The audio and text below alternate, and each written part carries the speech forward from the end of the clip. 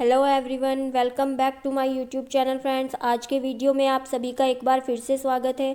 और आज के वीडियो में हम लोग क्लास 6 ज्योग्राफी का chapter number 5 domains of earth, जो लास्ट वीडियो में मैं कम्प्लीटली डिस्कस कर चुकी थी, उससे प्रीवियस ईयर में सीटेट पेपर 2 में कौन कौन से क्वेश्चन पूछे गए हैं वो सभी इसमें डिस्कस करेंगे।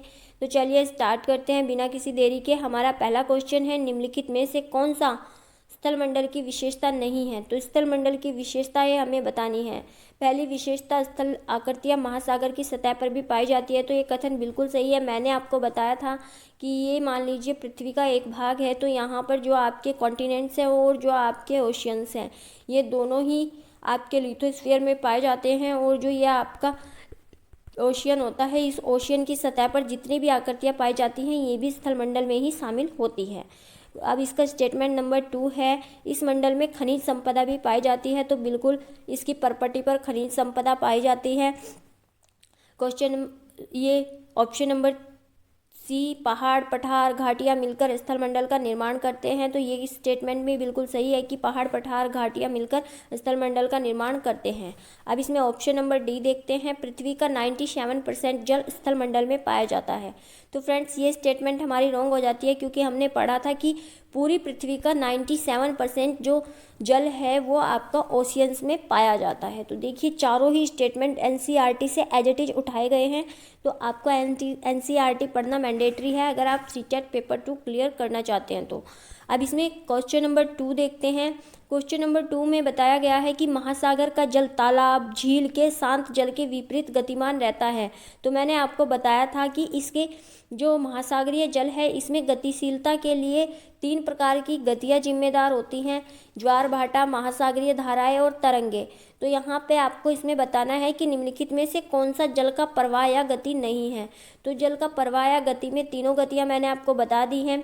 तो इनमें से तरंगे अर्थात वेव्स, ये भी इसकी गति है। ज्वार भाटा, टाइड एंड ईब, ये भी इसकी गति है। धाराएं, इनको हम महासागरीय धाराएं भी कहते हैं, इनको हम ओशियन करंट्स भी कहते हैं। तो ये भी हैं। तो ऑप्शन ए आपका जल चक्र जो है इसमें शामिल नहीं है। तो ये आपका गलत हो जाएगा। जबकि अगर हम बिना एनसीईआरटी पढ़े ये क्वेश्चन समझने की कोशिश करते हैं तो हमें लगता है कि जल चक्र भी इसका भाग होना चाहिए। अब इसके बाद क्वेश्चन नंबर 3, इसमें आपको बताना है अटलांटिक महासागर के विषय में निम्नलिखित में से सही कथन चुनें।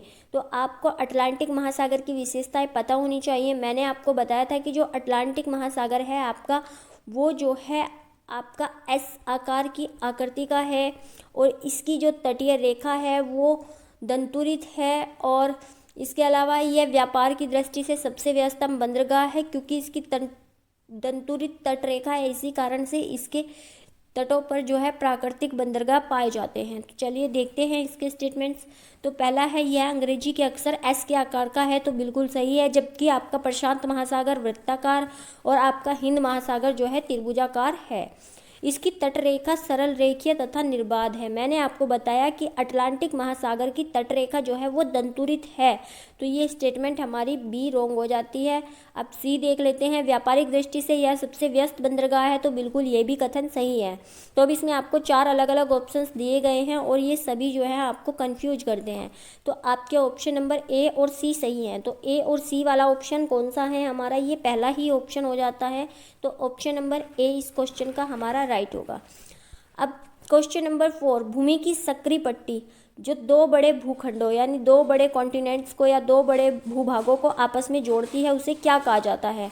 तो यहाँ पे मैंने आपको 2 चीज़ें बताई थी, एक वाटर स्टेट और दूसरी मैंने आपको बताई थी स्थल संधि या भूसंधि। तो वाटर स्टेट की बात करें तो ये आपकी जोड़ती है 2 बड़ी जल राशियों को। अगर हम भूसंधि की स्थल संधि की बात करें तो ये 2 बड़े पृथ्वी के भूभागों को जोड़ती है। तो यहाँ पे आपको पूछा गया है 2 बड़े भूखंडों को जोड़ने वाली सक्रिय पट्टी, तो ये कहलाती है आपकी भूसंधि।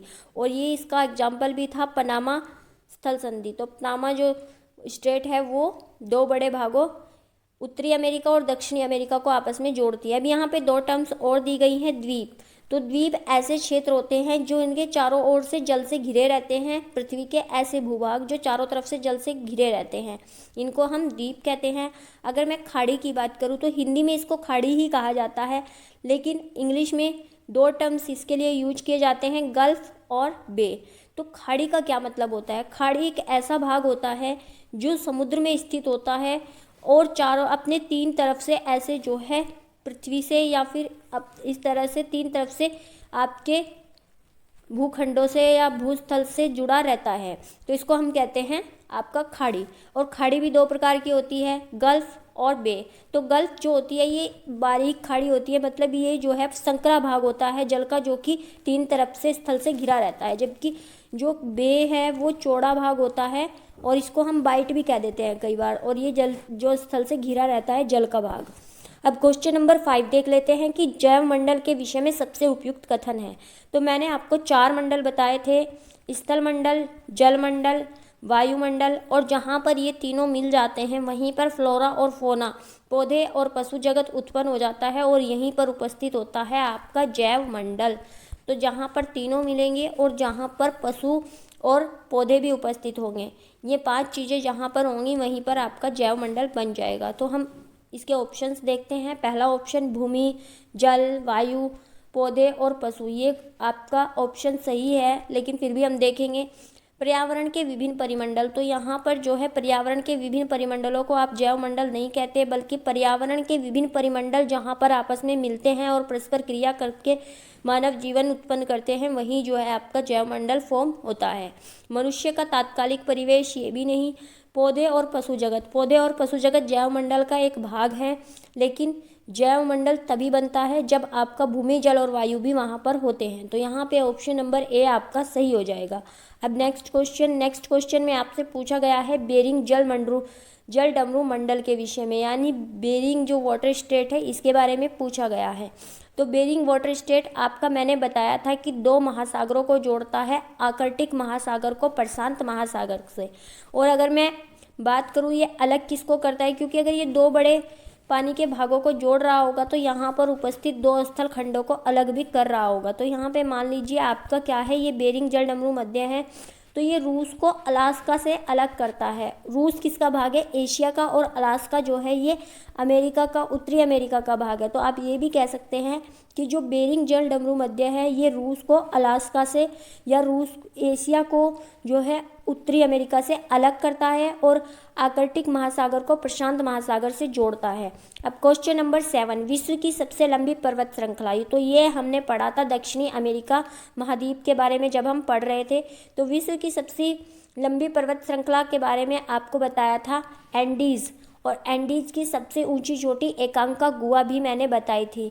जबकि रॉकी पर्वत जो है ये उत्तरी अमेरिका में स्थित है, हिमालय भारत के उत्तरी भाग में है, जो कि नवीनतम फोल्डेड माउंटेन है, और यहाँ पर विश्व की सबसे ऊंची चोटी माउंट एवरेस्ट पाई जाती है, और आल्प्स जो है यूरोप में पर्वत पाए जाते हैं।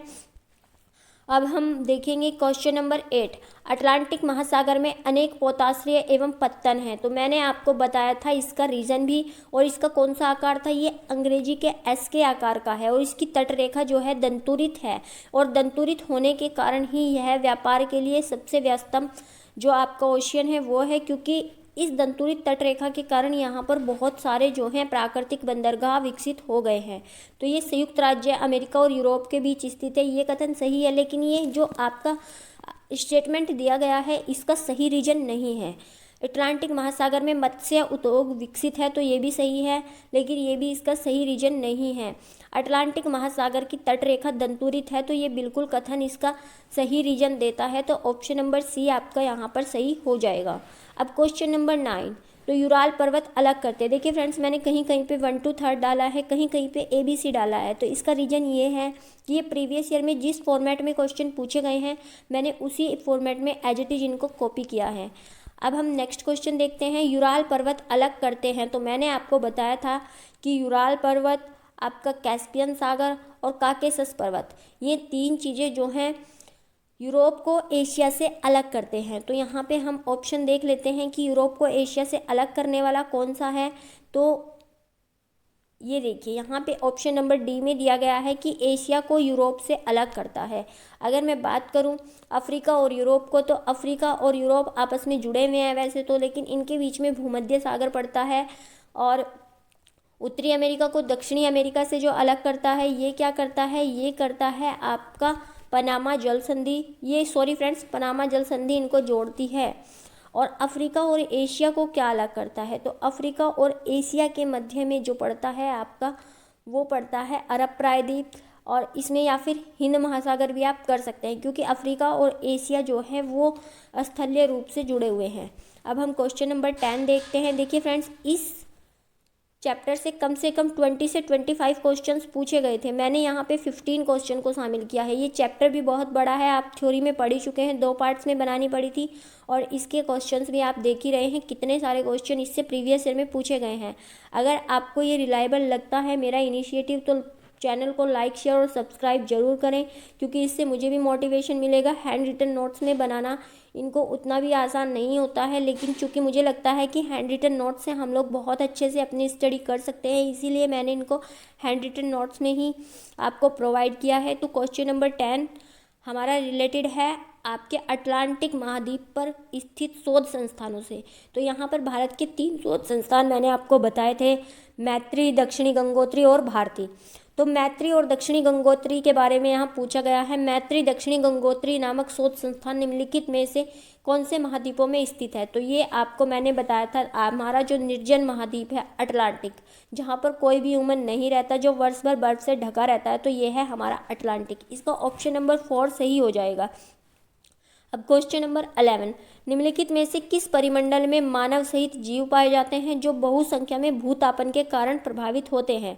तो मैंने आपको भूतापन क्या होता है, ग्लोबल वार्मिंग क्या होता है, वो भी बहुत अच्छे से बताया था कि पृथ्वी पर जितनी कार्बन डाइऑक्साइड की मात्रा उसका टेम्परेचर मेंटेन करने के लिए आवश्यक होती है, जब ये मात्रा उससे अधिक हो जाती है तो उसी को हम कहते हैं आपका ग्लोबल वार्मिंग।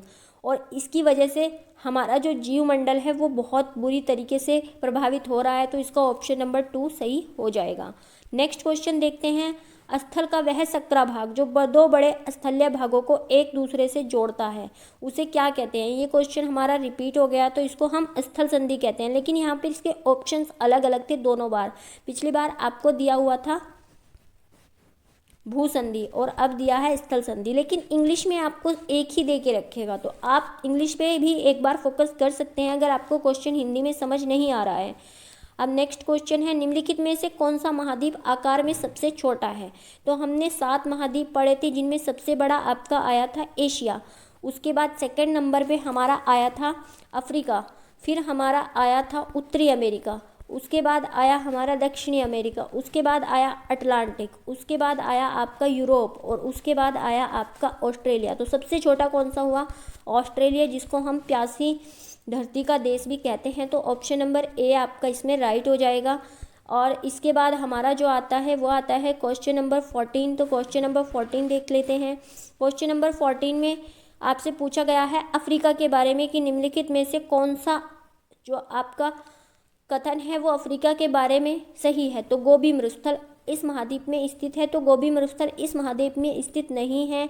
इसके पश्चिम में यूराल पर्वत है। यूराल पर्वत किसके पश्चिम में है? यूराल पर्वत एशिया के पश्चिम में और यूरोप के पूर्व में है, जो एशिया को यूरोप से अलग करता है। तो ये स्टेटमेंट अफ्रीका के विषय में सही नहीं है। अब क्वेश्चन इसका ऑप्शन नंबर सी देखते हैं।